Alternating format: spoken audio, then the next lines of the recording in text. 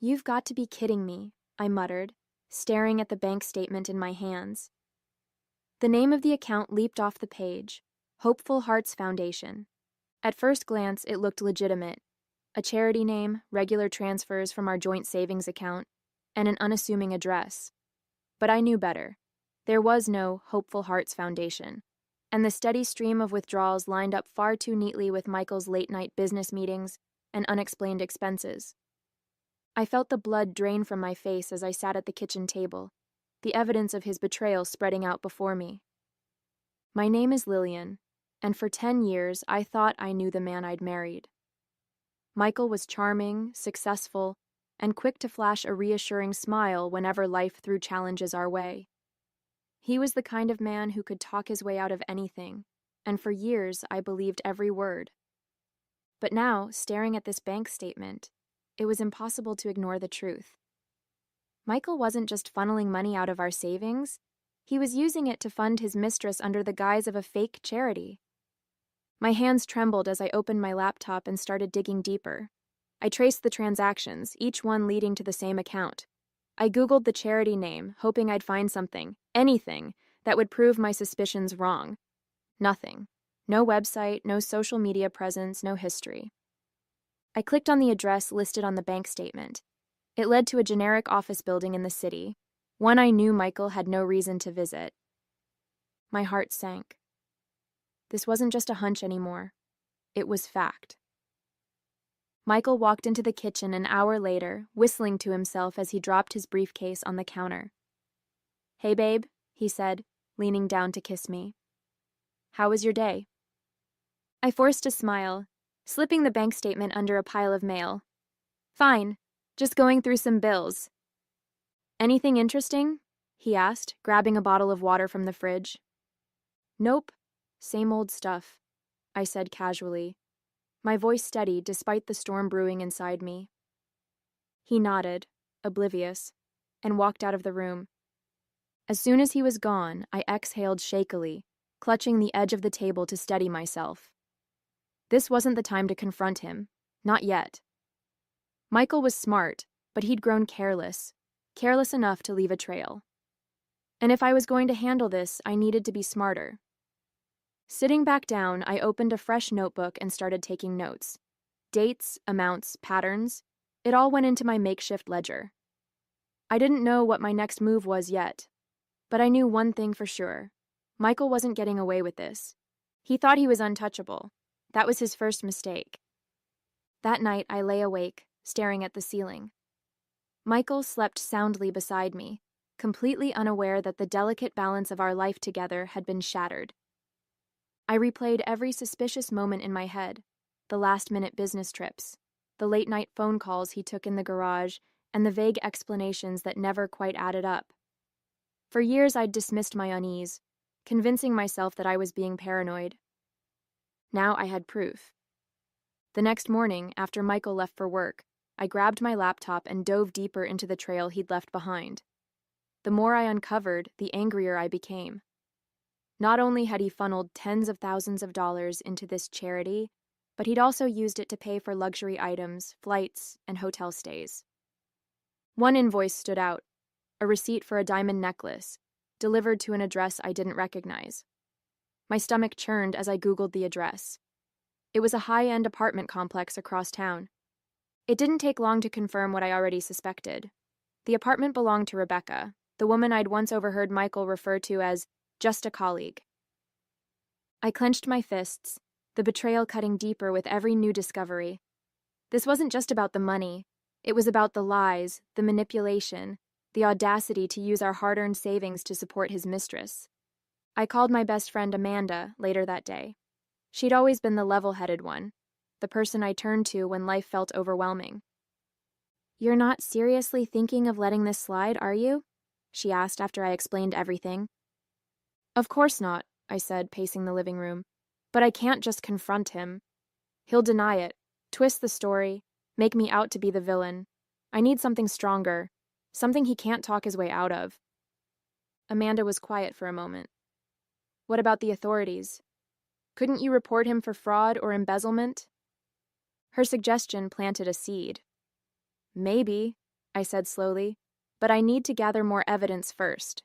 If I'm going to do this, I need to make sure there's no way he can escape the consequences. Over the next week, I became a woman on a mission.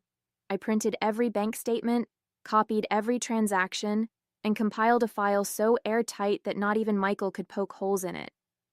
I even reached out to an investigator I found online, someone who specialized in financial fraud. The investigator, Detective Carter, agreed to meet with me the following week. "If what you're saying is true," he said over the phone, "we can definitely build a case. But I'll need concrete evidence to move forward." "You'll have it," I replied, my voice steady. For the first time since discovering Michael's betrayal, I felt a glimmer of control. He thought he was clever, but he hadn't counted on me fighting back. By the time I met with Detective Carter, my file was a meticulously organized masterpiece. Every transfer, every purchase, every link to Michael's so-called charity was documented in painstaking detail. We met at a small cafe on the other side of town, a deliberate choice to ensure Michael wouldn't suspect anything. Carter was a no-nonsense man in his 40s, with sharp eyes that seemed to take in everything at once. "This is solid," he said, flipping through the pages of my file. "You've done most of the work for me." "I had to," I replied, taking a sip of my coffee. "Michael is careful. He knows how to cover his tracks. But I've been keeping this to myself for weeks, and I need to know it's going to lead somewhere." Carter nodded. "It will. With this much evidence, we can launch an investigation into the charity account. If it's as fraudulent as it looks, the bank will freeze it, and we'll move forward with charges." The weight on my chest began to lift, but I wasn't ready to feel relief just yet. "What happens next?" "I'll file the paperwork to initiate a formal inquiry," he said. "But if you want to take this one step further, we can set up a sting. Let him think he's in the clear, and then catch him in the act." The thought sent a shiver down my spine. "You mean wait until he tries to withdraw money?" "Exactly," Carter said, his tone matter of fact. "We'll track the account, monitor his activity, and coordinate with the bank. When he makes his move, we'll be there." That night, I sat in the darkened living room going over everything Carter had said.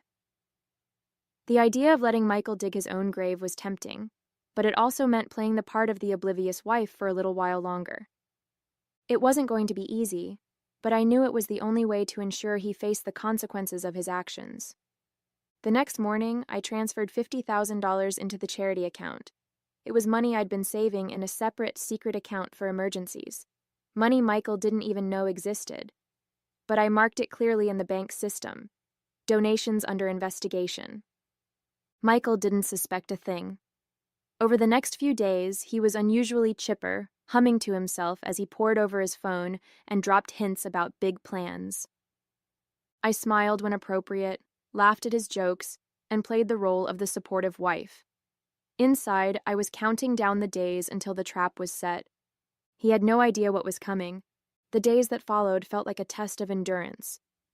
Each morning, Michael would waltz into the kitchen with an extra spring in his step, checking his phone obsessively while muttering things like, "Just a little longer, and everything will fall into place." I'd smile from behind my coffee mug, pretending to share in his excitement. Little did he know, the place everything was falling into was a holding cell. Detective Carter kept me updated on the investigation. The bank had flagged the account and placed it under close scrutiny. Every transaction, every login, every transfer was now under a microscope. "He's getting reckless," Carter said during one of our calls. "The patterns are clear. He's making plans for a big withdrawal." "How soon do you think he'll try?" I asked, pacing my office. "Within the next week," Carter replied. "When he does, we'll have everything ready. Are you prepared for what comes next?" His question hung in the air. Was I ready? For weeks, I'd been steeling myself for this moment, but now that it was so close, doubt crept in. "Yes," I said firmly, brushing away the hesitation. "I'm ready." That weekend, Michael announced he'd be leaving early Monday morning for a work trip. He made a show of packing his bag, throwing in suits and ties as though he were heading to an important conference. Another business deal? I asked casually, folding laundry nearby. Something like that, he said with a grin. Big opportunities on the horizon. Don't wait up for me. I'll probably be gone all day. I nodded, biting the inside of my cheek to keep from smiling. The night before his trip, I couldn't sleep. I lay in bed staring at the ceiling, listening to the steady rhythm of Michael's breathing beside me. Part of me wanted to shake him awake, to confront him right then and there. But I couldn't. I'd come too far to let emotions ruin the plan. Instead, I silently rehearsed every step of what would happen the next day. Carter had assured me that the authorities would move swiftly, intercepting Michael at the bank the moment he attempted to withdraw the money, and I would be there to witness it. When morning finally came, Michael kissed me on the cheek as he left, his usual smugness practically radiating off him. "Wish me luck," he said, grabbing his bag. "Good luck," I replied, my voice steady. "I hope everything works out exactly the way you want it to." It wasn't a lie, after all. As soon as Michael's car pulled out of the driveway, I grabbed my bag and left the house. My heart pounded as I drove to the bank, adrenaline surging with every mile. When I arrived, Detective Carter was already there, standing near the entrance with a small team of plainclothes officers. He gave me a curt nod as I approached. "He hasn't shown up yet," Carter said, "but we've confirmed his withdrawal appointment. He'll be here soon." I glanced at the bustling street around us, my stomach churning. "And you're sure this will work? He won't have time to slip away?" Carter's expression was calm but resolute. "As soon as he tries to access the account, the bank will alert us. He won't get far." I stepped back from the entrance, positioning myself just out of sight. From my vantage point, I could see the doors clearly without being noticed. Minutes ticked by, each one feeling like an eternity. Finally, Michael's car pulled into the parking lot. He stepped out, dressed sharply in a tailored suit, looking every bit the successful businessman he liked to portray. My hands tightened into fists as I watched him stroll into the bank, exuding confidence. Inside, the scene unfolded just as Carter had predicted. Michael approached the counter, handed over his information, and waited as the teller accessed the flagged account. Through the glass doors, I saw the moment the teller paused, glancing nervously at a nearby manager. Michael's confident demeanor faltered slightly, but he masked it with a charming smile, leaning casually on the counter as if nothing was wrong. Then the bank manager approached, followed closely by two plainclothes officers. I couldn't hear what was being said, but I saw Michael's face twist in confusion, then indignation. Seconds later, the officers produced their badges and handcuffed him. His protests were muffled by the thick glass, but his body language told the whole story: shock, denial, and finally, panic.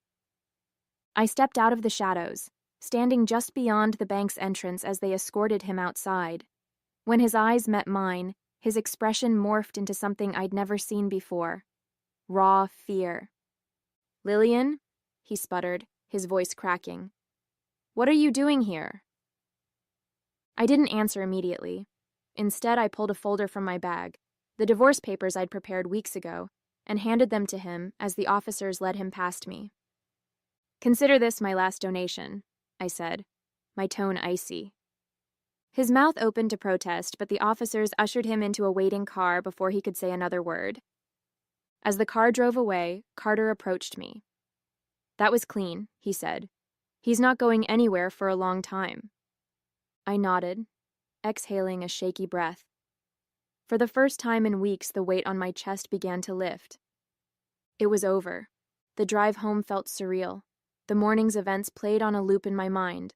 The officers snapping handcuffs on Michael, the shock in his eyes when he realized I'd been one step ahead all along. I should have felt triumphant, but all I could manage was a mix of exhaustion and relief. The adrenaline that had fueled me for weeks was finally starting to wear off, leaving behind a quiet emptiness. When I pulled into the driveway, Amanda was waiting for me. She'd insisted on coming over to help celebrate, though she knew me well enough to bring a bottle of wine instead of balloons. "Did it go as planned?" she asked as I stepped out of the car. I nodded, brushing a strand of hair from my face. "He's in custody. They got him the moment he tried to access the account. Her eyes widened. And did you... I held up my empty folder, a faint smile tugging at my lips. Delivered the divorce papers personally. Amanda let out a low whistle. Remind me never to get on your bad side. Inside, we sat at the kitchen table, the wine poured and the silence heavy. Amanda finally broke it. So, what now? I swirled the wine in my glass, staring into its deep red depths. Now I figure out what comes next. The house, the finances, everything's in limbo until the legal process is done. But at least I don't have to pretend anymore. She leaned back in her chair, studying me. You know, you handled this better than most people would have. You didn't just sit back and let him walk all over you. I shrugged, feeling the weight of her words. I didn't have a choice. He didn't just betray me. He used our future to fund his lies. I couldn't let him get away with that. As the day wore on, the reality of my new life began to sink in. Michael was gone, his sham of a charity exposed, and the financial mess he'd created would soon be sorted through. There was still so much to do, meetings with lawyers, statements for the authorities, but for the first time, I felt like I could breathe. I stood by the window that evening, watching the sunset paint the sky in shades of gold and crimson. Amanda had left hours ago, and the house was quiet, save for the faint hum of the refrigerator. This house had once been a symbol of the life Michael and I were building together. Now it felt like a monument to his lies. But it was mine now, and I would rebuild it on my own terms. The day after Michael's arrest, the calls started pouring in. Lawyers, investigators, even family members who'd heard the news and wanted the real story. I sat at the kitchen table with a notepad, scribbling notes as I spoke with Detective Carter. The charges against him are solid, he explained. Fraud, embezzlement, and falsifying charity documents. He'll face serious jail time, especially with the evidence you provided. What about the money he took? I asked, tapping my pen against the notepad. The funds are frozen for now, Carter replied. Once the investigation is complete, we'll work to recover what's left. As for the assets he purchased, those will likely be seized as part of the case. I nodded, a sense of satisfaction settling over me. For the first time, it felt like there was a clear path forward. Later that afternoon, I met with my lawyer, a sharp-witted woman named Clara who wasted no time getting to the point. With the divorce papers served and his arrest on record, the proceedings should be straightforward, Clara said, flipping through a thick folder of documents. You'll have a strong case for securing the house and protecting your remaining assets. And the joint savings? I asked, my voice steadier than I felt. That's trickier, Clara admitted. Depending on how much he's squandered, there may not be much to split. But given the circumstances, I'll push for you to retain the lion's share. I nodded, bracing myself for the financial fallout. I just want this over with. It will be, Clara assured me, her tone firm. You've taken the hardest steps already. The rest is just paperwork. Over the next few days, I focused on untangling my life from Michael's. I contacted the bank to update my accounts, scheduled consultations with financial advisors, and started sorting through the mess he'd left behind. It was exhausting, but with every task I completed, I felt a little lighter. Amanda stopped by one evening with takeout and a bottle of wine. You're looking better, she said, handing me a plate of lo mein. Like you've finally gotten some sleep. Barely, I said with a laugh, sinking into the couch beside her. But it feels good to be doing something, you know. For so long I felt stuck, like I was just going through the motions. Now I feel free. She raised her glass in a toast. To freedom, then. I clinked my glass against hers, a smile breaking across my face. To freedom. As the days turned into weeks, I began to see the pieces of my life coming together. The legal proceedings were underway. The investigation into Michael's fraud continued, and I was slowly reclaiming my independence. One evening, I found myself standing in the living room, staring at a bare patch on the wall where Michael's prized painting used to hang. It had been seized as part of the investigation, and in its absence, the space felt brighter, lighter. I smiled, realizing that the emptiness wasn't a void. It was a clean slate, and I was ready to fill it with something better. A month after Michael's arrest, I stood in the living room, surrounded by boxes. The house felt different now, quieter, lighter, almost like it was holding its breath, waiting for its next chapter. I was packing up the last remnants of his presence, ties, cufflinks, and the stack of notebooks he always claimed held his brilliant ideas. Most of it was evidence now, boxed and labeled for investigators. There was a strange satisfaction in watching it all disappear.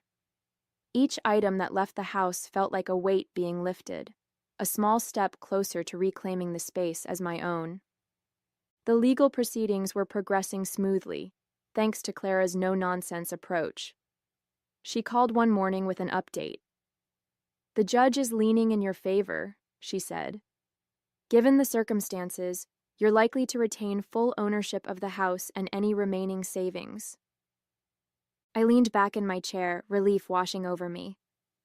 "That's good news," I said, though the reality still felt surreal. "There's also talk of restitution," Clara added. "If the court finds him guilty on all charges, he could be ordered to pay back some of what he took." I raised an eyebrow. "From where? His fake charity account?" She chuckled. "Point taken. But it's a symbolic victory, if nothing else." As I worked through the legal and financial logistics, I also started thinking about my next steps. For years, I'd poured my energy into supporting Michael and his ambitions, often at the expense of my own goals. Now, with him out of the picture, I had the freedom to focus on myself. Amanda was the first to suggest I take some time away. "You've been through hell, Lillian," she said one evening as we shared a bottle of wine. "You deserve a break, somewhere sunny with no reminders of Michael or his nonsense." The idea was tempting, but I wasn't sure if I was ready to leave just yet. "I feel like there's still so much to do here," I said, gesturing to the stack of paperwork on the table. "You've done more than enough," Amanda insisted. "The house, the finances, the legal stuff, it's all under control. Take a week, recharge, and come back ready to tackle whatever's next." She had a point. The next morning, I booked a flight to the coast. It wasn't a grand vacation, just a small getaway to clear my head and figure out what I wanted my future to look like. As I packed my bag, I felt a sense of anticipation I hadn't experienced in years. For so long, my life had revolved around Michael, his needs, his plans, his betrayals.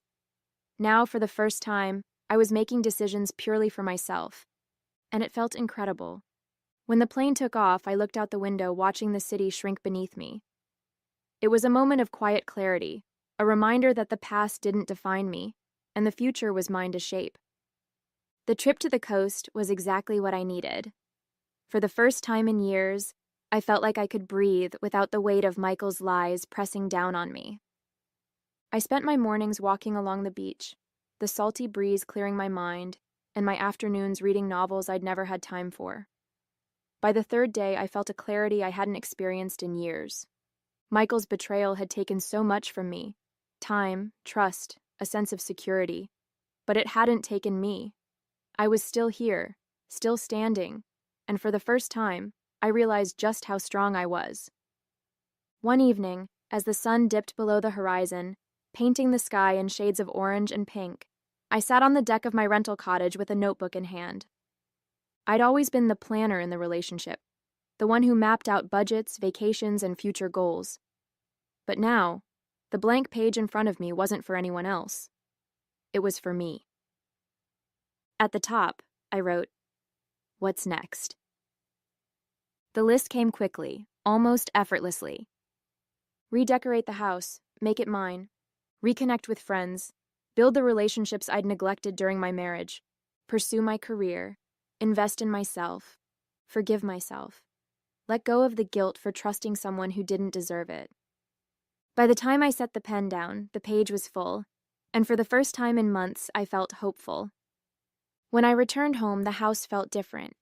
It wasn't just the absence of Michael's things, it was the absence of him. his presence, his lies, his shadow over everything. I started small, rearranging furniture and swapping out the art on the walls.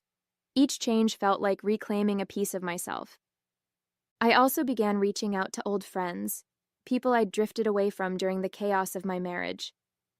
Their support was overwhelming, a reminder that I wasn't alone in this new chapter. One afternoon, as I was clearing out the garage, I found a box labeled Keepsakes. Inside were photos, cards, and mementos from the early days of my relationship with Michael. For a moment, I considered tossing it all into the trash, but instead, I set it aside. Those memories were part of my story, even if they belonged to a chapter I was ready to close. I didn't need to erase the past to move forward. I just needed to own it and let it go. The months that followed were a period of quiet rebuilding. I threw myself into reclaiming my life, one small victory at a time. The house, once a reminder of Michael's betrayal, began to feel like my own. I painted the walls in colors that brought me joy, replaced the furniture with pieces I loved, and turned his old office into a library filled with books I'd always wanted to read. Friends and family noticed the change, not just in the house, but in me. "You seem lighter," Amanda said during one of her visits. "Like you finally let go of all the weight you were carrying." "I think I have," I replied with a smile. "It's amazing what happens when you stop living for someone else." Professionally, I began pursuing opportunities I'd put on hold during my marriage. Michael had always dismissed my ambitions, telling me I was better suited to supporting his vision. Now I was free to build my own. I reached out to a former colleague who connected me with a consulting project. It wasn't glamorous, but it was a start, and it reminded me of what I was capable of. One evening, as I reviewed a client proposal at the kitchen table, I felt a sense of pride I hadn't felt in years. This was mine, not something I'd done for Michael, but something I'd built for myself. Meanwhile, the legal process with Michael moved steadily forward. Clara kept me updated, and each new development felt like another step toward closure. The day the divorce was finalized, I celebrated with Amanda over dinner. "To new beginnings," she said, raising her glass.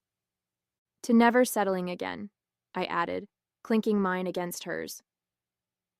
A few weeks later, I received a letter from the court regarding the restitution case. Michael had been ordered to repay a portion of the stolen funds, money I knew I'd likely never see, but it was a symbolic victory nonetheless. I tucked the letter into a file, feeling a sense of finality. Michael's chapter in my life was officially closed. That evening, I sat on the couch with a cup of tea, watching the sunset through the newly cleaned windows. The house was quiet, but it no longer felt empty. It felt like home. For so long, I'd defined myself by what I'd lost: trust, security, love. But now I was learning to define myself by what I'd gained: strength, independence, and the knowledge that I could rebuild, no matter how much had been taken from me. As the last rays of sunlight faded, I opened my notebook and flipped to the list I'd made months ago. Most of the items were checked off, but there was one I still needed to work on: forgive myself. I smiled, feeling a sense of peace. That was a work in progress, but for the first time, I felt ready to take it on.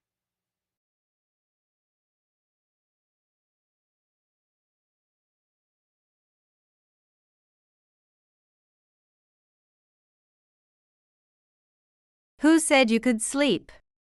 It's just that I have a fever over 100 degrees right now. That has nothing to do with me. Just manage your own health. My husband taunts me as I lay in bed with a high fever.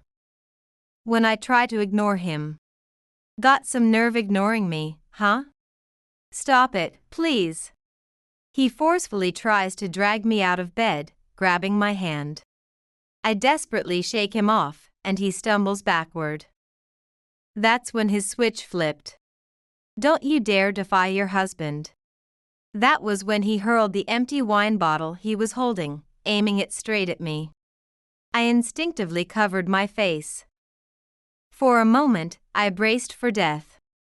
Fortunately, his aim was off, and the bottle shattered against the window instead. Don't dodge. What are you doing? If that had hit me. It's because you don't obey me, and you don't even do the housework. I never said you could slack off. Then, a voice came from behind my husband. I can't just stand by and listen to that. My husband turned around immediately. Why are you here? He couldn't hide his shock at the person in front of him. I never imagined you'd go this far. There's a reason for this. How disgraceful. Reprimanded harshly, my husband quieted down and began to tremble with overwhelming fear. Perhaps he instinctively understood the fate that awaited him. But this wasn't the end. I was determined to settle scores for all I had endured up to now. I am Judy, 54 years old. I live in a house with my same-aged husband, Kevin. We met at a dinner party. I didn't know at the time, but our fathers were acquainted. I only found this out decades later. Nice to meet you. I'm Kevin Anderson. Oh, nice to meet you too. Honestly, I was reluctant about the dinner party. I thought living alone would be easier and better. So, I acted as standoffish as possible to make him dislike me. However, Kevin kept pushing his way into my life. What are your hobbies? Hobbies? I'm often at home, so I read books and do crafts. Those hobbies suit you, Judy. Is that so? Before I knew it, I was caught up in Kevin's pace. Eventually, I found myself dating him. I thought it was troublesome at first, but he kept a comfortable distance, making it not so bad to be around him. I think it's about time. About time? Yeah. How about we get married? Huh? Oh yeah. We met when we were both 25, and by the time we were 30. He had somewhat persuaded me into marriage. I thought it would be harder than it actually was. At 32, we had a daughter, and I thought this was how life would continue. I'm going to the hospital. Are you feeling unwell? A bit. But I think it'll be okay. After turning 50, I began to feel increasingly unwell without knowing why. So, I went to the hospital, where I received an unexpected diagnosis. Is that really true? Yes. It might be due to age, but it's likely changes in your female hormones. Is there a cure? Some people see symptoms subside within a year, while others may continue for up to 3 years. I see. Let's start with improving your lifestyle habits to minimize the symptoms as much as possible. I had heard about menopause from friends, but now it was my turn to experience it. When I got home, Kevin was waiting for me. So, what did they say? It's menopause. Menopause. So, are you okay? Huh? I couldn't help but raise my voice. A little rest should do the trick, right? Maybe, but... And thus, I would be tormented by Kevin's frivolity. As he suggested, I took some time off work. If it had eased my symptoms, I would have been content. But it wasn't that simple. Hey, are you okay? I have a headache. I'm sorry, but you'll need to manage dinner on your own today. What?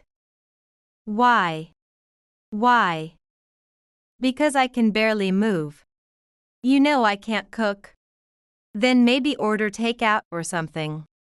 Just get it ready. In the end, I had to prepare dinner for Kevin. All the while, he enjoyed his drinks while watching TV, as I battled a severe headache. When we first got married, we were supposed to support each other through life. After that, his attitude towards me never changed. I have something I want to discuss. A discussion? Hope it's not something bothersome. Bothersome? So? What is it? I'm thinking of taking a leave of absence from work. A leave? Don't you just lack motivation? That's not it at all. I'm really suffering here. Then, after some thought, Kevin reluctantly agreed. Well, you'll take care of the house in return. I'll try my best. Not try, you'll do it. His tone was so harsh it made me think he might be the one going through menopause. I wondered why he couldn't understand me. But thinking about it just made me more tired. Half a year has passed since I took my leave. Judy? Are you okay? Yeah, somewhat. You don't look okay at all. I was out shopping with a friend when I suddenly felt dizzy and collapsed right there. My symptoms didn't improve, and my worried friend called an ambulance. At the hospital, I received N4 and my condition finally stabilized. Your husband is coming soon. So, don't worry. Is that so? Thank you. Despite my friend's reassuring words, I felt nothing but anxiety. I had been criticized so much that I expected nothing good now. That I had ended up in the hospital. About an hour later, Kevin arrived. Hey. Are you really okay? I was really worried. Yeah. I was surprised by his worried tone and struggled to respond properly. I had expected him to be angry, but he was surprisingly kind. I'm glad you're safe. I'm sorry for worrying you. Never mind. Just rest well today. For the first time in a long time, he spoke kindly, and I reveled in the happiness. I wondered when was the last time I felt this way. So, can you go home today? I'll rest a bit more and then go home. Okay. I'll be waiting at home then. Are you sure you're okay? I can make it home by myself. I was set to go home by evening. On the way, I had never wanted to see Kevin as much as I did then. I was eager to see what kind of face he would be waiting with. Hi, Kevin. However, the emotions I had felt vanished the moment I saw his face. You're late. Where have you been loitering? I came straight home. I doubt it. Well, it's time for dinner anyway. I was stunned. He hadn't been worried at all. Huh? Stop that, huh? Hurry up and get it ready, or I'll be in trouble. As I was told to, I started preparing the meal. I didn't have the energy to argue and just wanted to get through the evening. I'm going to rest now. Hey. There are still things to do, aren't there? I can't do any more today. Besides, if I collapse again and end up in the hospital, you wouldn't like that, would you? Well, that's true. But just for today. Without responding to Kevin, I went straight to bed and managed to sleep like a log. Mom is coming this weekend, so make sure you entertain her well. This weekend? That's in 2 days. What? Are you planning to tell her not to come now? It's not that, I just wish you had told me earlier. It'll be fine. Just make sure there are no slip-ups. I was a bit nervous about meeting my mother-in-law after so long. I wanted to entertain her well, as Kevin said. But wishing he was more reasonable was perhaps asking for too much. Then, the day before my mother-in-law was due to arrive. Hey. Mom's coming tomorrow, and look how dirty this is. He pointed at the table, which was a mess from his drinking earlier. I'll clean it up now. Arguing with Kevin would do no good, so I focused silently on the task. However, he seemed displeased with that too, constantly nagging from the sidelines. I really couldn't understand what he wanted. It wasn't until 1 a.m. that Kevin was finally satisfied enough to go to sleep. She's supposed to arrive around noon today, so please take care of it.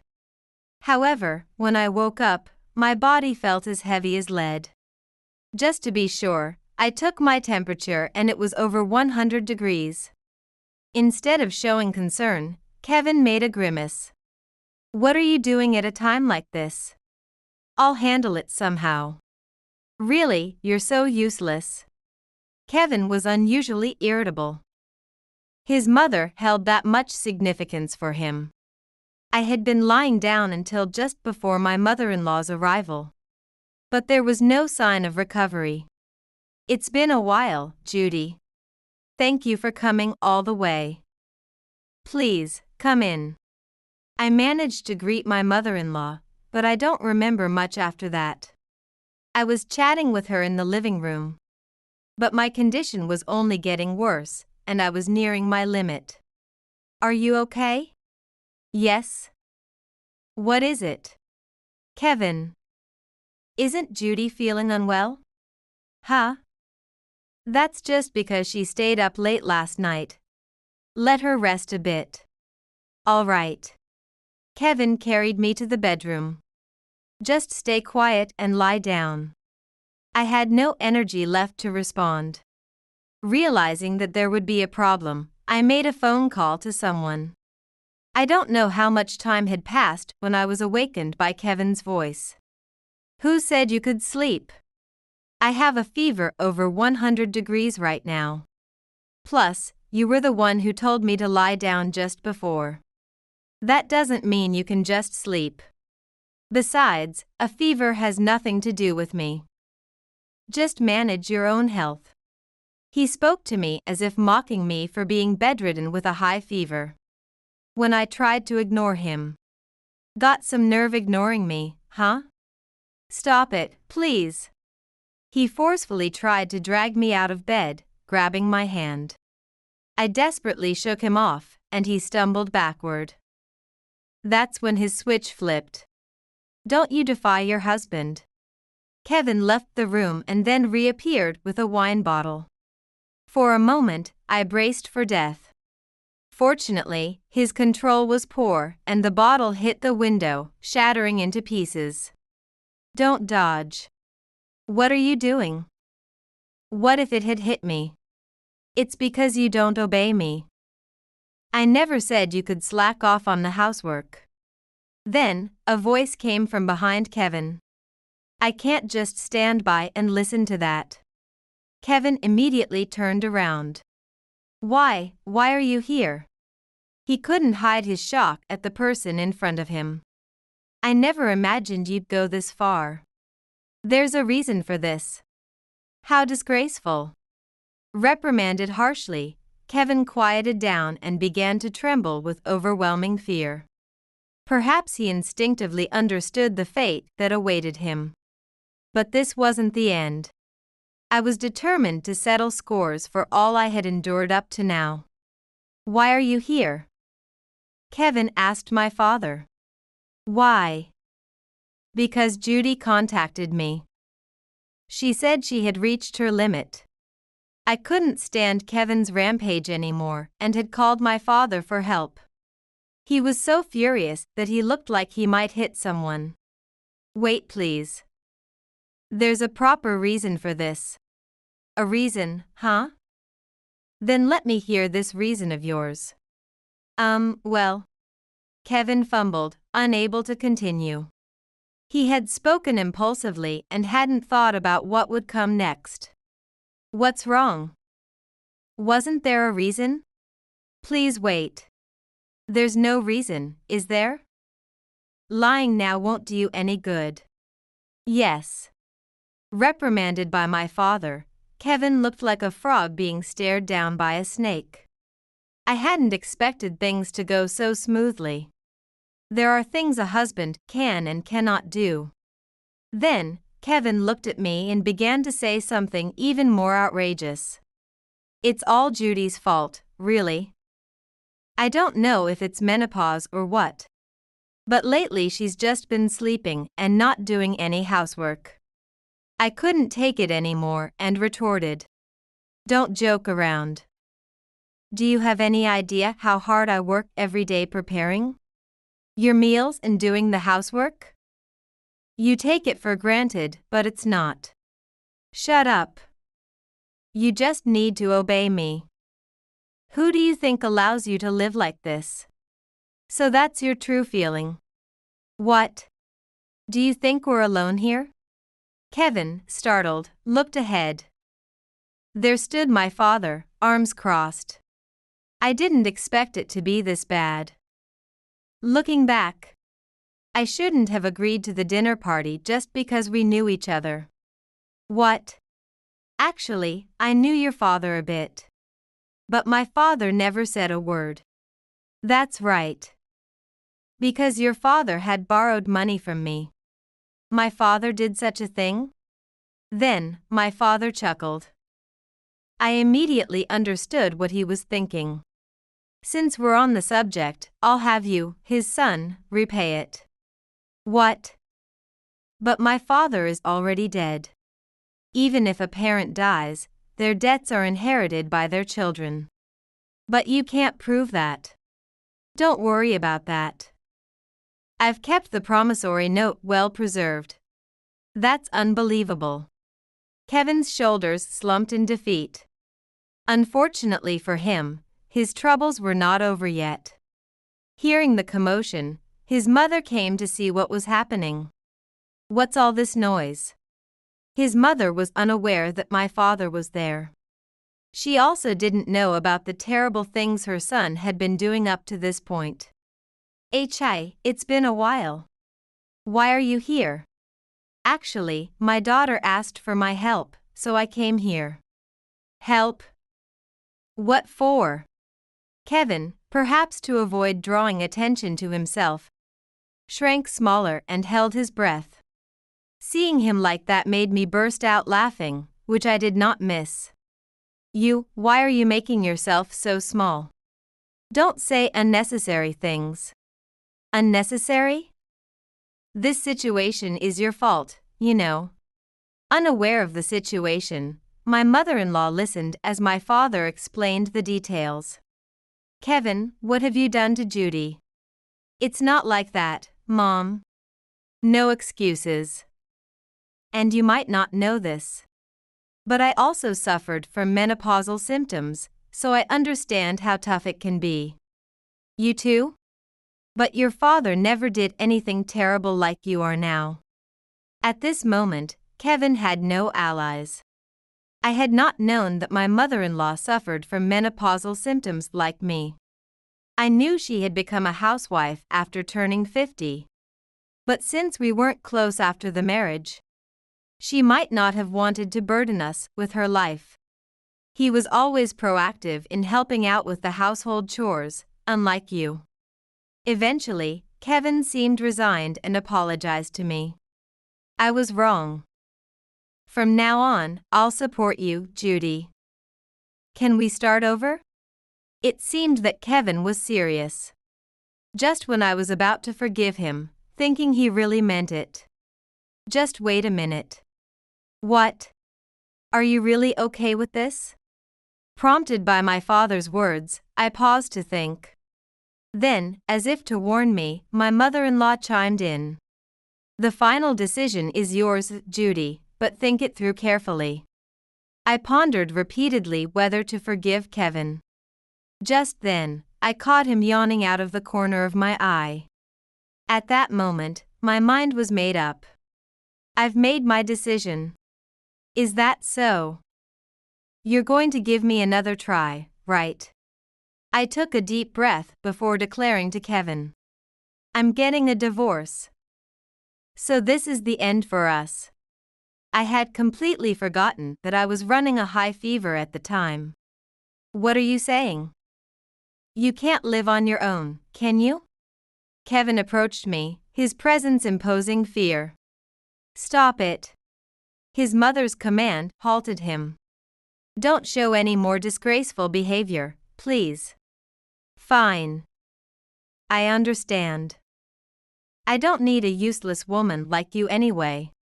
With that, Kevin stormed out of the house.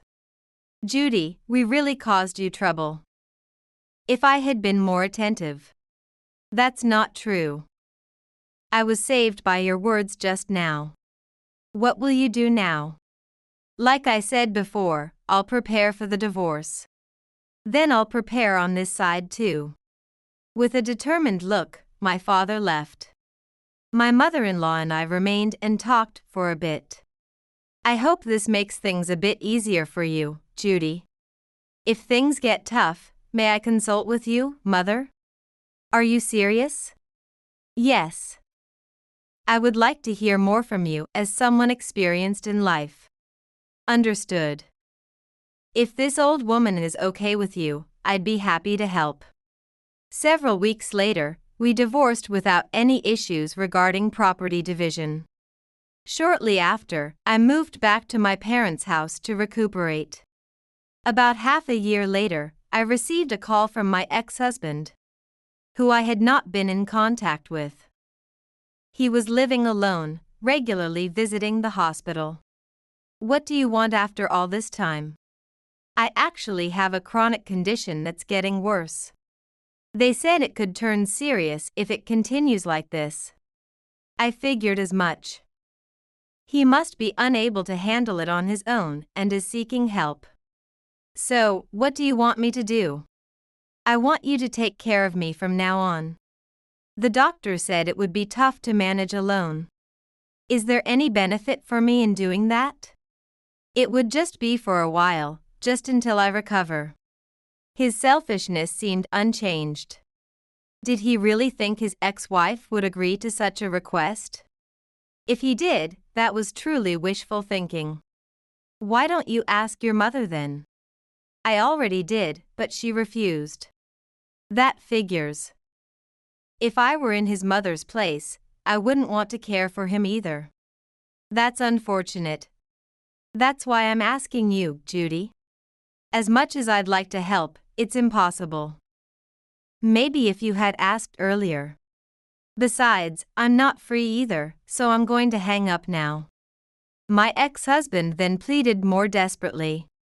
I apologize for everything. It was all my fault. That doesn't show any real sincerity. I was enjoying this exchange. I never intended to lend a hand. But I wanted to let him grasp for hope and then face despair. I won't ever do it again. Please. That's impossible. He kept apologizing over and over, but I was starting to get bored. I'm sorry, but I can't take care of you. I'm still dealing with menopause myself. How am I supposed to care for you in this condition? Desperate, Kevin didn't seem to care about appearances anymore. Please. You're all I have right now. It's all too late. Regretting and apologizing now doesn't turn back time. I've learned my lesson and understand now. So. He didn't give up and kept pressing. He might sound remorseful, but forgiving him now would undo all the progress I'd made. I've come this far on my own, so you should just do what you like now. It will be easier for you that way. What am I supposed to do then? You might have forgotten, but I divorced you, remember? We can't live together anyway. Are you serious? Don't make me repeat myself. Talking to you just adds to my stress, goodbye. With that, I hung up the phone. His needing care was none of my concern. I muttered, serves you right. After that, being free from the stress of my ex-husband, my health began to improve. I was looking forward to returning to work soon. One morning, something else came up. Do you remember what I told Kevin before? About how his father had debts? Yes, that's right. It took some time, but it looks like I can finally make a claim. A bit anxious, I asked my father a question. Out of curiosity, how much is it? $30,000. What? That much? Well, a lot happened back then. Though I have the promissory note, I never really planned on having it repaid. But this time, I couldn't overlook it. My father's expression seemed a bit sad. I didn't know much about the relationship between my father-in-law and him. but it must have been a good one. However, Kevin had ruined even that. There was no way he could prepare such a large sum now, but I felt no sympathy. It was merely a punishment. "Judy, can I talk to you for a moment?" "What happened?" I had become more frequent in contacting my mother-in-law. "It's about Kevin. I heard through the grapevine that he's filed for bankruptcy." "He filed for bankruptcy?" "Yes. Apparently, he couldn't manage living on his own. I hope he learns his lesson from this." "I wonder." "He's been like this for years." "Well, it's none of our business anymore." "You're right about that." Talking with my mother-in-law was genuinely enjoyable. Yet, I'm also getting on in years. How much time I have left, I don't know. Yet, I plan to cherish each day and live it to the fullest. I remember the day as if it were yesterday. The sun was setting, painting the sky in shades of orange and pink, a beautiful backdrop to what I thought would be the happiest news of my life. My name is Laura, and back then I was living a life that was about to take an unexpected turn. I used to dream of the stage, the lights, the applause. My days were filled with rehearsals and performances with my local drama club, but all that changed when I met Michael. He was charming, successful, and, as I later found out, controlling. He made it clear, if I wanted a life with him, my acting dreams had to go. Torn between love and passion, I chose him. Fast forward 10 years, our marriage had its ups and downs, but nothing prepared me for that evening. I stood in our kitchen, a pregnancy test hidden in my pocket, a positive result that I couldn't wait to share. I had even bought a small chocolate cake, our favorite, to celebrate the news. But Michael walked in with a tired look and something far more life-altering than my news: divorce papers. He didn't even wait for me to speak. "I want a divorce, Laura," he said, his voice devoid of emotion. I was stunned, the words echoing in my head. "What? Why now?" I managed to ask, my voice trembling. "It's not sudden, Laura. I've been thinking about this for a long time," he replied, avoiding my gaze. I felt my world crumbling. "But why? Is there someone else?" The question burned in my throat. "Just, let's get divorced," he said, refusing to answer.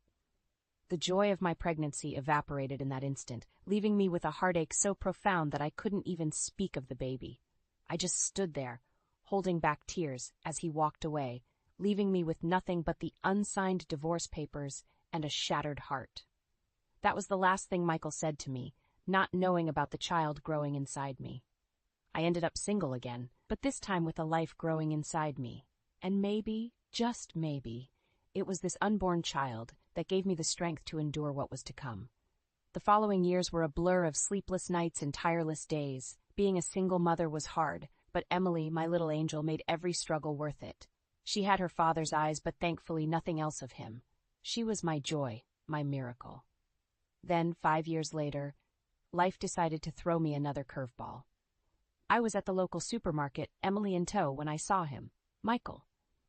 He looked different, disheveled, like life hadn't been kind to him. He was with a young woman, probably in her late 20s, clinging to his arm. The sight of them together twisted something inside me. "Hey, long time no see," he said, a smirk on his face. I forced a smile. "Michael, you've changed." "Yeah, life happens. Who's this?" he asked, nodding at Emily. "My daughter, Emily," I replied, my voice steady. He looked at Emily, then back at me, a puzzled expression crossing his face. "Your daughter? When?" "After our divorce," I said simply. The young woman laughed mockingly. "Oh, the ex-wife. So this is the kid?" Emily looked up at me, her big eyes filled with questions. I squeezed her hand, a silent promise that I'd protect her from the pain I once felt. Michael just shrugged, his attention already back on his companion. "Let's go, Karen. We don't have all day." As they walked away, I looked down at Emily, her innocent face a stark contrast to the ugliness we had just encountered. In that moment, I knew that no matter what, I would never let Michael hurt her, as he had hurt me. Life after Michael was a series of challenges and triumphs. I raised Emily, my little star, on my own. Each day brought new adventures, and each night when I tucked her into bed, I felt a sense of accomplishment that no acting role could ever give me. One day when Emily was 6, she came home from school, her face lit up with excitement. "Mommy, my teacher says I'm good at acting. She wants me to be in the school play." Hearing those words, I felt a mix of pride and a pang of my long-buried dreams. "That's wonderful, honey," I said, hugging her tight. "You'll be amazing." As Emily's interest in acting grew, so did her talent. She was a natural, reminding me of my own youthful aspirations. I couldn't help but feel a sense of irony. The child I had with the man who made me give up acting was now following in my footsteps. Life had a strange way of coming full circle. One autumn afternoon, as Emily and I walked home from her drama class, we ran into Michael again. He was alone this time, looking even more worn out than before. "Laura, Emily, fancy seeing you here," he said, his voice lacking the confidence it once had. "What do you want, Michael?" I asked, my tone cold. "Just saying hello. Is that a crime?" he replied, a defensive edge to his voice. Emily hid behind me, peeking out curiously. Michael's gaze fell on her, and for a moment his facade cracked, revealing a hint of regret. "You never told me about her," he said softly. "There was nothing to tell. You made your choice," I responded, the bitterness in my voice unmistakable. Michael's eyes hardened. "I guess I did, but seeing her now, she's mine too, isn't she?" I felt a surge of protectiveness. "She's my daughter. You lost any claim to her when you walked out on us." He scoffed. "I see you're still bitter. But remember, Laura, blood is thicker than water." With that, he turned and walked away, leaving a chilling promise hanging in the air. I hugged Emily closer, a sense of foreboding settling in my heart. That night, as I watched Emily sleep, I promised myself I would do whatever it took to keep her safe from Michael's toxic influence. He had already taken my dreams. I wouldn't let him take my daughter's future too. The encounter with Michael lingered in my mind like a bad aftertaste. But life had to go on. Emily's play was approaching, and she was the star. The night of the performance, the school auditorium buzzed with excitement. I sat in the front row, my heart swelling with pride as Emily took the stage. She was a natural, her performance flawless, her joy infectious. After the play, as we were leaving, I felt a tap on my shoulder. Turning around, I was met with the last person I wanted to see, Michael. "Great show," he said, his voice laced with something I couldn't quite place. "What are you doing here, Michael?" I asked, my tone icy. "I wanted to see my daughter perform. She's got talent, just like her mother," he replied, a smirk on his face. I bristled at his words. "Emily is nothing like me. She's her own person." He leaned in closer, his breath reeking of arrogance. "Come on, Laura, we both know she got that talent from you, and now it's my turn to be part of her life."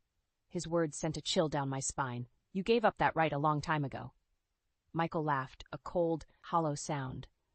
"Rights can be reclaimed, Laura, especially when it comes to family." Just then, Emily ran up to us, her face glowing.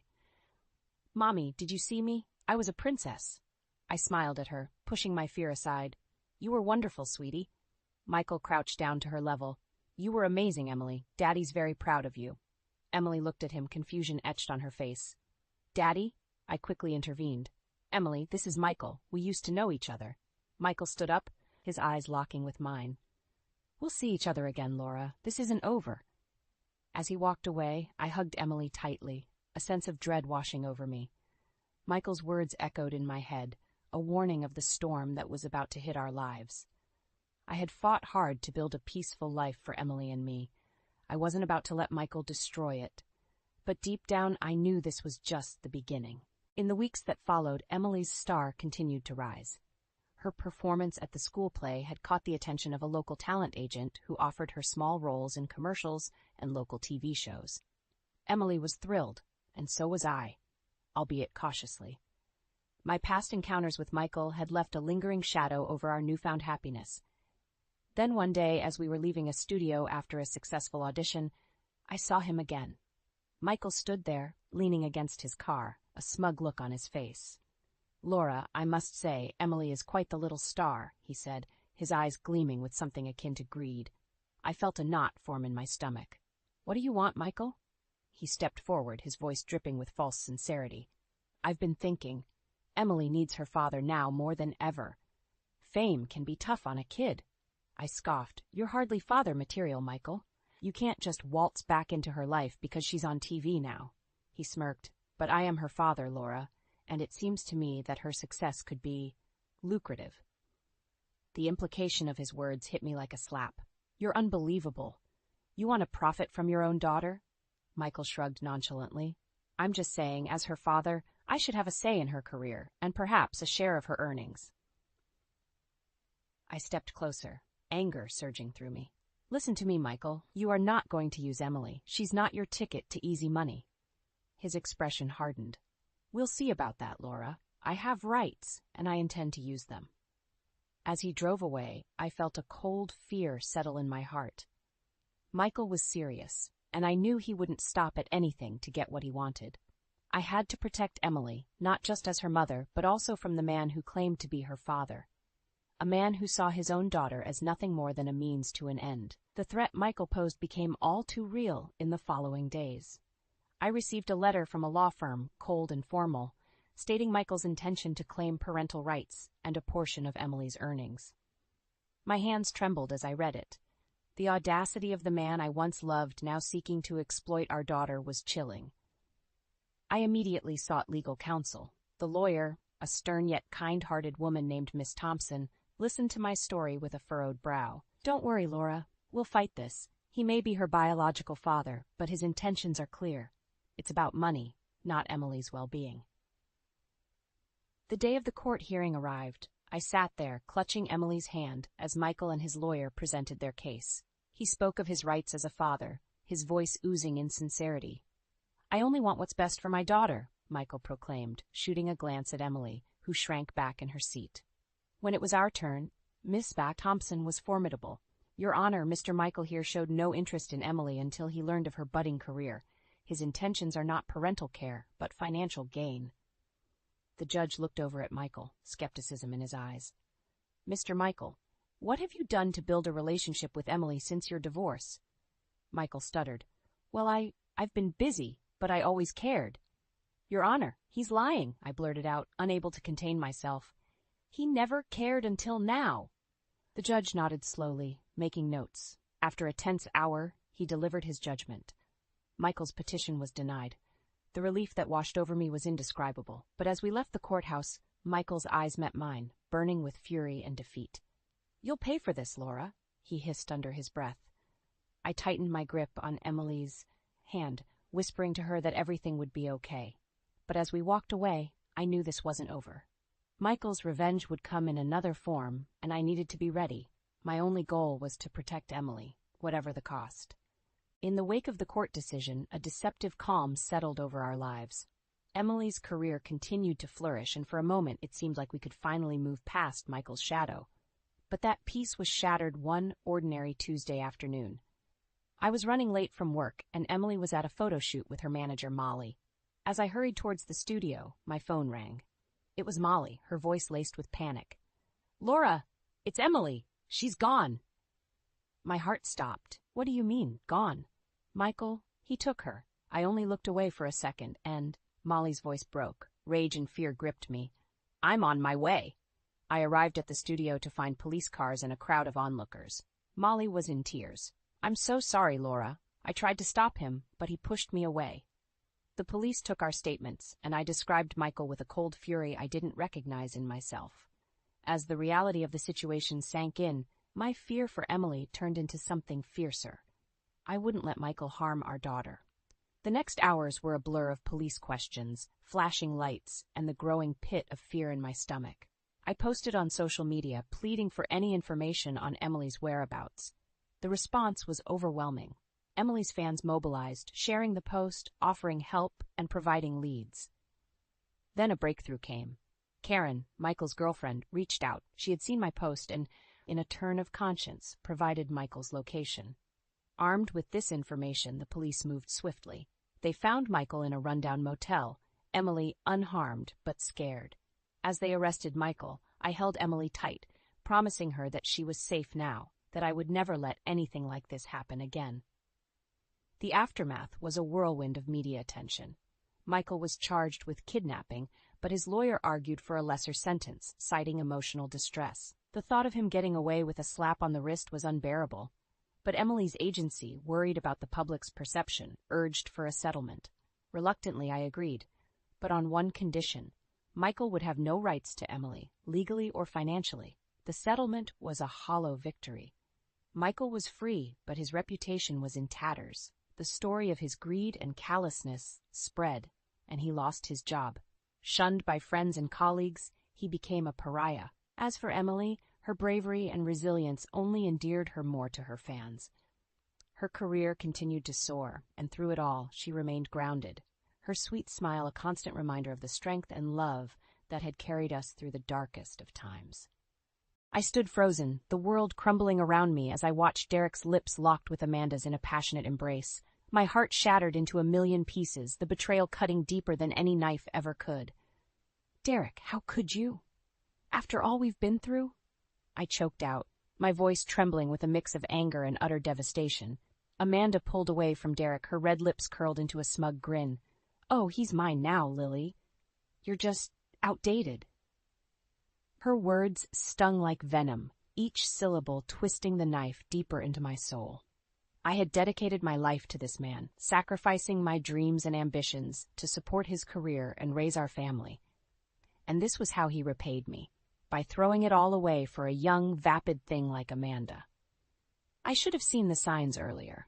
The late nights at the office, the unexplained expenses, the distant looks he'd give me when he thought I wasn't paying attention. But I had been too blinded by love and loyalty to notice the cracks forming in our once perfect marriage. Get out, Derek spat, his eyes cold and unrecognizable. You're making a scene. I wanted to scream, to cry, to hurl every insult and accusation I could muster at them both. But I found myself paralyzed, my throat constricted by the weight of my shattered hopes and dreams. With what little dignity I had left, I turned and walked away, each step feeling heavier than the last. As I made my way out of the office, I couldn't help but wonder where it had all gone wrong. Just that morning, I had awoken before dawn, as I did every day to prepare Derek's favorite breakfast and ensure his suit was pressed to perfection. It was a routine I had followed for decades, a labor of love that had once brought me joy. But now, as I looked back on the sacrifices I had made, the countless times I had put his needs before my own, I felt a bitter taste of regret lingering on my tongue. How could he do this to me? To us? As I stepped out into the cool morning air, the weight of his betrayal finally hit me full force. Tears streamed down my face, hot and unrelenting, as I made my way to the car. I had always prided myself on being a strong, resilient woman, but in that moment I felt utterly broken. The man I had loved and trusted with every fiber of my being had shattered my heart into a million pieces, and I didn't know if I would ever be able to put it back together again. The office became a battleground, with Amanda asserting her dominance like a lioness staking claim over her territory. Every interaction felt like a thinly veiled attack, her words laced with venom and hidden jabs. "Lily, darling, have you considered retiring?" she would say, her saccharine tone dripping with condescension. "You've worked so hard for so long. Don't you think it's time to let the younger generation take over?" I would force a tight-lipped smile, swallowing the bitter retorts that threatened to spill from my lips. But with each passing day, it became increasingly difficult to maintain my composure. Derek, once my unwavering ally, seemed to be under Amanda's spell. He would nod along with her suggestions, his eyes glazed over as if in a trance. It was as if the man I had loved and built a life with had been replaced by a stranger. "Did you see the new marketing campaign Amanda put together?" He would gush, completely oblivious to the way his words cut me like a knife. "She's a real visionary." I wanted to scream, to shake him, and remind him of the countless nights we had stayed up late, dreaming of building this business together. But the words stuck in my throat, replaced by a bitter taste of betrayal. Nights became a blur of loneliness and heartache. While Derek was out working late with Amanda, I would sit alone in our once happy home, surrounded by the ghosts of memories past. Flashes of our struggling years would haunt me, the countless sacrifices we had made, the dreams we had deferred, all in the hopes of building a better life for ourselves and our family. And now it felt like all of that had been for nothing. "You're being paranoid, Lily," Emma would say, her voice laced with concern. "Derek loves you. He would never do anything to hurt you." But the evidence was mounting, and no amount of reassurance could ease the gnawing doubt that had taken root in my heart. unexplained expenses, late nights at the office, the way Derek's eyes would linger a little too long on Amanda's form, it all painted a picture that I could no longer ignore. And then the final blow came. It was a lavish office party, one that Derek and Amanda had planned without so much as a word to me. As I stood in the corner, nursing a lukewarm glass of wine, I watched as they moved through the crowd like a perfectly choreographed dance. Amanda's laugh rang out like a bell, her head thrown back in exaggerated mirth, and Derek, my Derek, looked at her with a hunger that I had never seen before. It was in that moment that the last shreds of my denial crumbled away, leaving me raw and exposed to the harsh reality of their betrayal. As the night wore on, I found myself retreating further and further into the shadows, until I could no longer bear the sight of their happiness at my expense. With tears streaming down my face, I slipped out of the party and into the cool night air, my heart shattered into a million pieces. Derek and Amanda's relationship became more brazen, as if they were flaunting their indiscretion for all to see. The once subtle glances and lingering touches gave way to outright public displays of affection that left me reeling. "You two make me sick," I spat one day, unable to hold back the bile rising in my throat. Amanda merely laughed, her perfectly manicured hand resting possessively on Derek's arm. "Oh, Lily, don't be bitter just because you're past your prime." Derek said nothing, his eyes downcast like a scolded child. It was as if he had become Amanda's puppet, dancing to her tune without a shred of remorse. The office became a battleground, with Amanda taking every opportunity to assert her dominance over me. She would casually undermine my decisions, questioning my judgment in front of clients and colleagues alike. "Lily, darling, are you sure that's the best approach?" she would say, her voice dripping with false concern. "Maybe we should let the younger, more innovative minds take the lead on this one." And Derek, the coward, would nod along, his silence cutting deeper than any words ever could. It was during one particularly heated exchange that the final blow came. Amanda had once again overstepped her boundaries, belittling me in front of the entire staff. "Face it, Lily, you're a relic of the past," she sneered. "It's time for you to step aside and let the new generation take over, starting with Derek." That was the final straw. Years of pent-up frustration and anger bubbled to the surface, and before I knew it, I was unleashing a torrent of words that I could never take back. "You think you're so special, Amanda?" I snarled, my voice trembling with rage. "You're nothing but a cheap, home-wrecking tramp who's using her looks to get ahead." The room fell silent, everyone's eyes trained on us like spectators at a gladiator match. Derek's face had drained of color, his mouth hanging open in shock. Amanda, for once, was speechless. Her perfectly sculpted mask of confidence had slipped, revealing the insecure, desperate woman beneath. In that moment, I felt a surge of power coursing through my veins.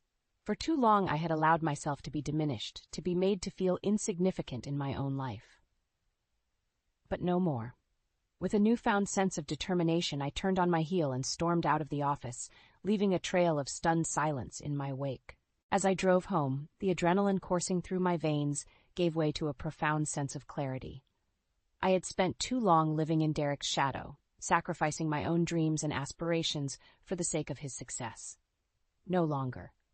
From that moment on, I vowed to take back control of my life, to reclaim the power that had been stripped away from me piece by piece. Amanda and Derek may have thought they had won, but they had only awoken a force within me that they could never hope to contain. The battle lines had been drawn, and I was ready for war. The extravagant office party was the final nail in the coffin of my shattered marriage. As I stepped into the lavishly decorated ballroom, the weight of Derek and Amanda's betrayal hit me like a ton of bricks. They were the center of attention, basking in the adoration of their colleagues and clients, like royalty holding court. Amanda's sequined dress clung to her body like a second skin, her perfectly coiffed hair and makeup a stark contrast to the haggard, defeated woman staring back at me in the mirror that morning. "Lily, darling, you made it," she exclaimed, her voice dripping with false sweetness. "We were starting to worry you wouldn't grace us with your presence." Derek remained silent, his eyes averting mine as if he couldn't bear to look at me. The coward. "Of course I wouldn't miss this celebration," I replied, forcing a tight smile that felt more like a grimace. As the night wore on, I found myself retreating to the fringes, nursing a lukewarm glass of wine as I watched Derek and Amanda work the room like seasoned performers. They were a well-oiled machine, finishing each other's sentences and basking in the adulation of their adoring fans. It was sickening. At one point, I caught Amanda's eye from across the room. Her perfectly painted lips curled into a smug grin, as if to say, "I won. He's mine now." I wanted to scream, to hurl my glass at her and wipe that smug expression off her face. But I knew that would only give her the satisfaction she craved. So I did the only thing I could. I left. I slipped out of the party unnoticed, my heart heavy with the weight of my shattered dreams. As I made my way to my car, the tears I had been holding back finally spilled forth, hot and unrelenting. It was over. Derek had made his choice, and it wasn't me. The drive to Emma's was a blur, the streetlights blending together in a haze of grief and betrayal. By the time I arrived, I was a shell of a woman, hollowed out and broken. Emma took one look at me and immediately ushered me inside, her arms enveloping me in a warm embrace as I sobbed uncontrollably. "It's over, Em," I choked out between gasps. "Derek, he chose her." Emma's face hardened, her eyes burning with a protective fury I had never seen before. "That bastard," she growled, her grip on me tightening. "I'll kill him." I shook my head, too drained to even entertain the thought of vengeance. "It's not worth it," I whispered, my voice hoarse from crying.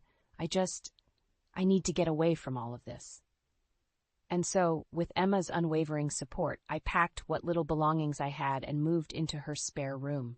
It was a temporary solution, but it was the only thing keeping me afloat in the midst of my personal tsunami. In the days that followed, I became a ghost, a mere shadow of the woman I once was. I stopped returning Derek's calls, stopped going into the office, stopped caring about anything beyond the basic necessities of survival. It was as if I had retreated into a cocoon, shutting out the world and all its cruelties as I licked my wounds and tried to piece myself back together. But as the weeks turned into months, a fire began to ignite within me, a burning desire for retribution, for justice, for the sweet taste of revenge. Amanda and Derek may have thought they had won, but they had only awoken a sleeping giant, and I was determined to make them pay for every ounce of pain and humiliation they had inflicted upon me. The battle had only just begun. The fire that had been ignited within me burned brighter with each passing day, fueled by the sting of Derek and Amanda's betrayal. I knew that I couldn't let them get away with what they had done, not just to me, but to the life we had built together. It was Emma who first suggested seeking revenge. "They can't just treat you like that and get away with it," she fumed one night over glasses of wine that had become our nightly ritual. At first, I dismissed the idea, too consumed by my own pain and heartbreak to even entertain the thought of retaliation. But as the weeks dragged on and the humiliation of my public ousting sank in, a newfound determination took root. It was then that I reached out to Owen, an old high school friend who had always had a knack for storytelling and technology. If anyone could help me expose Amanda and Derek for the snakes they truly were, it was him.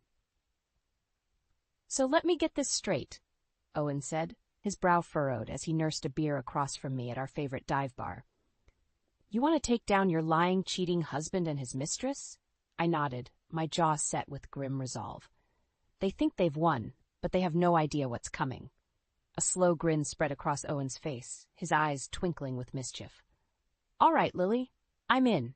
Let's make these assholes pay." From that moment on, Owen became my co-conspirator, my partner in crime. We spent countless hours huddled over his laptop, scouring the internet for any shred of dirt we could find on Amanda's past. And boy, did we hit the jackpot. It turned out that Amanda was a serial homewrecker, leaving a trail of broken homes and shattered lives in her wake. She had a pattern, seducing wealthy, successful men, leeching off of them until they had nothing left, and then moving on to her next victim. "This is gold, Lily," Owen crowed, his fingers flying across the keyboard as he compiled our findings. "We're going to bury that bitch with her own past." With each new revelation, my thirst for vengeance grew stronger. I wanted the world to see Amanda for the manipulative, conniving snake that she truly was. And Derek? He was going to get a front row seat to the destruction of his precious mistress. We started small, leaking snippets of information to local gossip blogs and forums, watching with glee as the whispers and rumors began to swirl. It was like throwing a match onto a pile of kindling, the flames of scandal licking at Amanda's carefully cultivated image. But it wasn't enough. I wanted more. I wanted to see them burn. So we took it a step further, creating an anonymous website dedicated to exposing Amanda's sordid past. We posted screenshots of her past conquests' social media accounts, detailing the heartbreak and financial ruin she had left in her wake. And then we waited. At first, the reactions were muted, a few raised eyebrows, a few hushed whispers, but then, like a wildfire, the scandal took on a life of its own. Suddenly, Amanda's name was on everyone's lips, her once pristine reputation tarnished beyond repair. I could see the cracks beginning to form in her perfect facade, the strain of the mounting pressure wearing her down. And Derek? Well, he was finally starting to see the true nature of the woman he had risked everything for. As the fallout intensified, I couldn't help but feel a twisted sense of satisfaction. This was just the beginning, a mere taste of the retribution that was to come. Amanda and Derek had made the mistake of underestimating me, of thinking that I would simply roll over and accept their betrayal. But they were about to learn a valuable lesson. Hell hath no fury like a woman scorned. And I was just getting started. The fallout from our anonymous leaks was swift and merciless. Amanda's carefully curated image began to unravel at the seams, the skeletons in her closet finally coming to light. At first, she tried to brush it off, putting on a brave face and denying the allegations. But as more and more damning evidence surfaced, her defiant facade crumbled like a house of cards. It was during this time that I started receiving frantic calls from Derek, his once confident tone replaced by a desperate pleading. "Lily, you have to help me," he begged, his voice strained. "This whole thing is spiraling out of control. Amanda's past. I had no idea." I couldn't help but revel in his misery, savoring the sweet taste of his comeuppance. "What's the matter, Derek?" I taunted. "Not so enamored with your precious Amanda anymore?" He fell silent, and I could almost hear the shame radiating through the phone. It was a delicious feeling, watching the man who had so callously discarded me squirm under the weight of his own mistakes. But as satisfying as it wasn't enough. I wanted more. I wanted to see Amanda brought to her knees, to watch as her world crumbled around her. It was Owen who suggested taking things a step further, arranging a face-to-face confrontation that would force Amanda to confront the consequences of her actions. "Meet me at the old parking garage downtown," he texted me one night, the cryptic message sending a thrill of anticipation coursing through my veins. When I arrived, the dimly lit garage was deserted, save for a lone figure leaning against a sleek sports car. As I drew closer, the figure stepped into the light, and my breath caught in my throat. It was Amanda, her once flawless makeup smeared and her eyes rimmed with red. She looked broken, a far cry from the poised and confident woman who had stolen my husband's heart. "You think you can just tarnish my image and get away with it?" she spat, her voice trembling with barely contained rage. I couldn't help but laugh, the sound echoing off the concrete walls. "Oh, Amanda, this is just the beginning. You're going to lose everything you've schemed for." Her eyes widened, and for a moment I saw a flicker of fear cross her features, but just as quickly it was replaced by a steely resolve. "You have no idea who you're messing with," she hissed, taking a step closer. "I'll destroy you, Lily. You and anyone else who gets in my way." I held my ground, matching her icy glare with one of my own. "Bring it on, sweetheart. I'm not the one with a closet full of skeletons." With that, I turned and walked away, leaving her seething in my wake. It was a small victory, but it was enough to fuel the fire burning within me. From that point on, the gloves were off. Owen and I ramped up our efforts, leaking more and more damning information about Amanda's sordid past. We exposed her financial indiscretions, her web of lies and manipulation, leaving no stone unturned. And as her world crumbled around her, I couldn't help but feel a twisted sense of satisfaction. This was justice, plain and simple, a reckoning for all the pain and humiliation she had inflicted upon me and countless others. But even as Amanda's empire crumbled, there was still one final piece of the puzzle left to fall. Derek himself. He had been my partner, my confidant, my everything.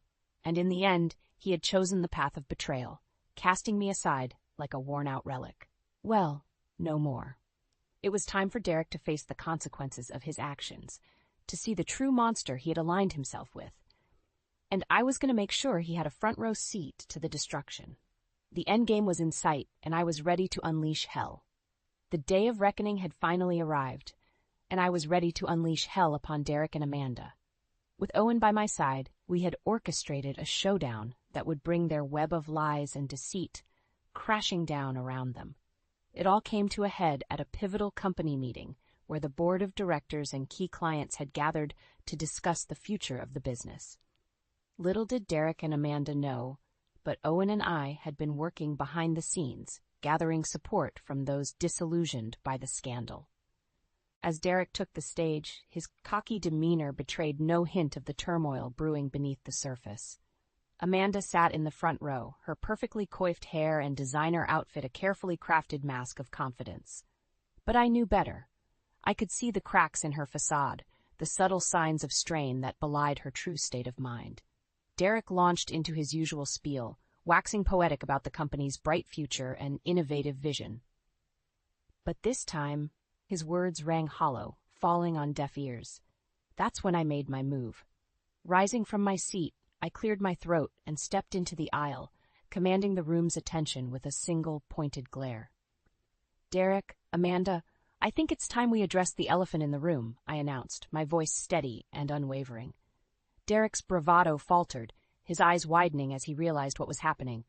Amanda, too, seemed to shrink back in her seat, her perfectly painted lips parting in a silent gasp. For too long, you two have been running this company into the ground with your selfish, unethical behavior, I continued, my gaze sweeping over the sea of stunned faces. But no more. The truth is out, and it's time for you to face the consequences. With a nod to Owen, he sprang into action, queuing up a presentation that laid bare the sordid details of Amanda's past. The affairs, the lies, the financial misdeeds that had left a trail of destruction in her wake. As the damning evidence played out on the screen, the room fell deathly silent, save for the occasional gasp or murmur of disbelief. Derek's face had drained of color, his carefully constructed facade crumbling before my very eyes. Amanda, on the other hand, had risen to her feet, her eyes blazing with fury. "You think you've won, Lily?" she snarled, her voice dripping with venom. "You have no idea what you've just unleashed." And with that, she turned on Derek, unleashing a torrent of accusations and revelations that left him reeling. "You want to know the truth, Derek?" she spat, her words cutting through the stunned silence like a knife. "I'm not the only one with skeletons in the closet."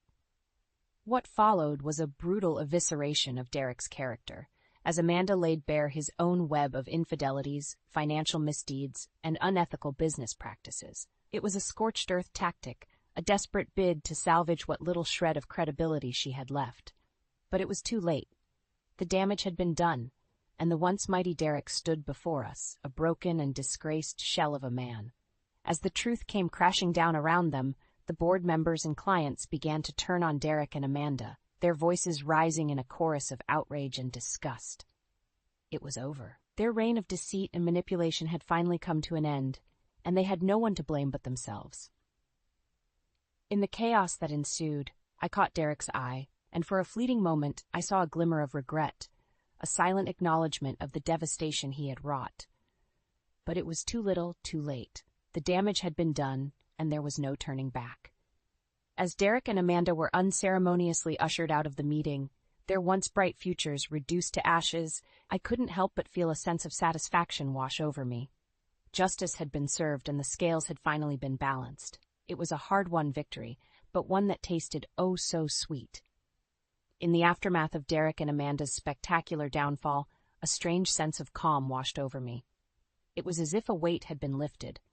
A burden I had carried for far too long finally cast aside. As I stepped into the role of leading the company, I felt a newfound sense of purpose and determination. No longer would I be content to exist in the shadows, sacrificing my dreams and ambitions for the sake of others. This was my time to shine, and I was going to seize it with both hands. One of my first orders of business was to implement the eco-friendly community housing project that Derek had always dismissed as a pipe dream.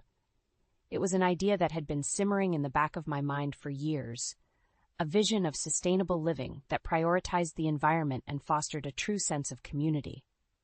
As I unveiled the plans to the team, I could see the skepticism on their faces, the same doubt that had plagued me for so long. But this time, I refused to let it deter me.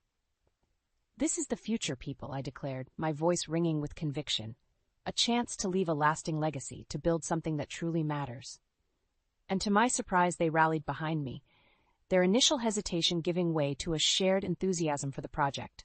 With each passing day, I could feel myself growing stronger, more confident in my abilities and my vision. Gone was the meek, subservient woman who had allowed herself to be pushed aside and belittled. In her place stood a force to be reckoned with, a woman who had stared adversity in the face and come out on top. It was during this time that I found myself leaning heavily on the support of Emma and Owen, my two closest allies in the battle against Derek and Amanda. "I can't believe how much you've grown, Lily," Owen marveled one night over drinks at our favorite haunt. "It's like you've finally come into your own." I couldn't help but smile, feeling a swell of pride at how far I had come. "It's always been within me, Owen," I replied, my voice tinged with a newfound confidence. "I just needed to find the strength to let it out." As our eyes met across the table, I felt a spark of something unfamiliar, a connection that went deeper than mere friendship. It was as if, in the crucible of my personal war, a new bond had been forged, one that held the promise of something more. But I pushed those thoughts aside, content to simply bask in the warmth of Owen's unwavering support and the knowledge that I had finally found my footing. With each passing day, the wounds of Derek's betrayal began to heal, the pain and anger giving way to a sense of inner peace and strength that I had never known before. It was as if I had been reborn, emerging from the ashes of my old life like a phoenix, more resilient and determined than ever. And as I looked to the future, I couldn't help but feel a sense of excitement and possibility. The world was my oyster, and I was ready to take it by storm. No longer would I be content to exist in the shadows, sacrificing my dreams and ambitions for the sake of others. This was my time, my chance to leave a lasting legacy and build something truly remarkable. And with Emma and Owen by my side, I knew that anything was possible. The road ahead was sure to be paved with challenges and obstacles, but for the first time in my life, I felt truly prepared to face them head-on. Derek and Amanda may have tried to break me, but in the end, they had only succeeded in forging me into a stronger, more resilient version of myself. And as I stood on the precipice of a new chapter, I couldn't help but feel a sense of gratitude for the lessons I had learned along the way. The battle may have been hard-fought, but it was one that I had emerged from victorious. A warrior, a survivor, and a force to be reckoned with. The future was mine for the taking, and I had no intention of letting it slip through my fingers.